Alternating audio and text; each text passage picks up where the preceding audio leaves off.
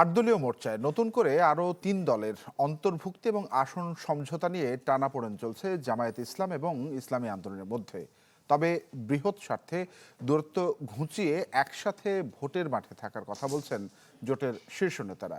আর সেই সাথে শিগগিরই একক প্রার্থী ঘোষণা সহ জোটবদ্ধ নির্বাচনী রূপরেখা আসবে বলে জানিয়েছেন তারা। বিস্তারিত দেখুন রমিজ হোসেনের প্রতিবেদনে। কদিন ধরেই রাজনৈতিক অঙ্গনে গুঞ্জন চলছে জামাত সহ ৮টি রাজনৈতিক দলের নির্বাচনী জোটের টানাপোড়েন নিয়ে। বিশেষ করে নতুন করে ৩টি দলের সঙ্গে আসন সমঝোতায় আস্থার সংকট তৈরি হয়েছে জামাত এবং ইসলামী আন্দোলনের মধ্যে।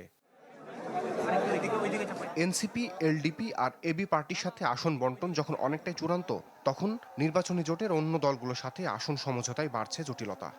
এখানে কিছু হয়েছে, মানে এনসিপি আশা এবং এলডিপির এখানে ৮ দলীয় মানে একটু সবার সাথে পরামর্শ ভিত্তিতে আসন বন্টন টন্টন এ ব্যাপারে হয়তো বা জামাত একটু বেশি মানে একটু অগ্রসর হয়েছিল মনে হয় যেন এরকম। এটা হয়তো বা আমাদের অ্যালায়েন্সের মধ্যে সবার মধ্যেই বা যারা সচেতন নাগরিক তাদের মধ্যে কিছুটা হয়েছে যে এরকম হবে কেন। RICL TMX, যুগের পর যুগ স্থাপনা থাকে মজবুত। ৩০০ আসনে একক প্রার্থী নির্বাচন করা, মনোনয়ন চূড়ান্ত করা, এটা অনেক চ্যালেঞ্জিং একটা বিষয়। এই বিষয়টাতেও আমরা পরিপূর্ণ একেবারে চূড়ান্ত কোনো সিদ্ধান্তে ঐক্যমত হতে পারিনি। ইসলামী আন্দোলনের নেতারা বলছেন ন্যায্যতার ভিত্তিতে আসন বন্টনই কাটবে আস্থার সংকট। তবে জামাতের এই নেতার দাবি, অন্য দলগুলোকে জানিয়েই নতুন ৩ দলের সাথে আসন সমঝোতা হয়েছে। প্রথমত তো আমরা ৮ দলের আলোচনায় ছিলাম, শেষের দিকে এসে এই দলগুলো আমাদের সাথে সম্পৃক্ত হওয়ার জন্য আলোচনায় আমরা আসলাম।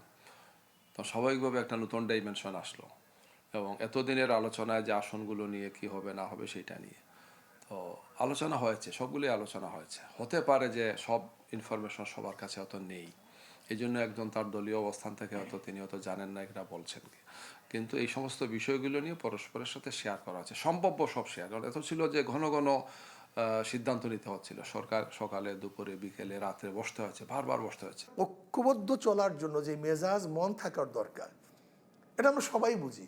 সেই মেজাজ এবং মন যদি আমাদের থাকে তাহলে আশা করা যায় এখন আমরা সামনে চলতে পারবো। দলগুলো নিজেরা নিজেদের মতো করে মনোনয়নপত্র দাখিল করলেও জামাতের শীর্ষস্থানীয় নেতা বলছেন ২০ জানুয়ারি মনোনয়ন প্রত্যাহারের শেষ সময়ের আগেই ৩০০ আসনে একক প্রার্থী চূড়ান্ত করবে ১১ দল।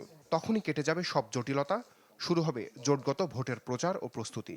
আন্দোলনে একসাথে ছিলাম, একসাথে আছি, সামনে নির্বাচন আমরা একসাথে করতে চাই।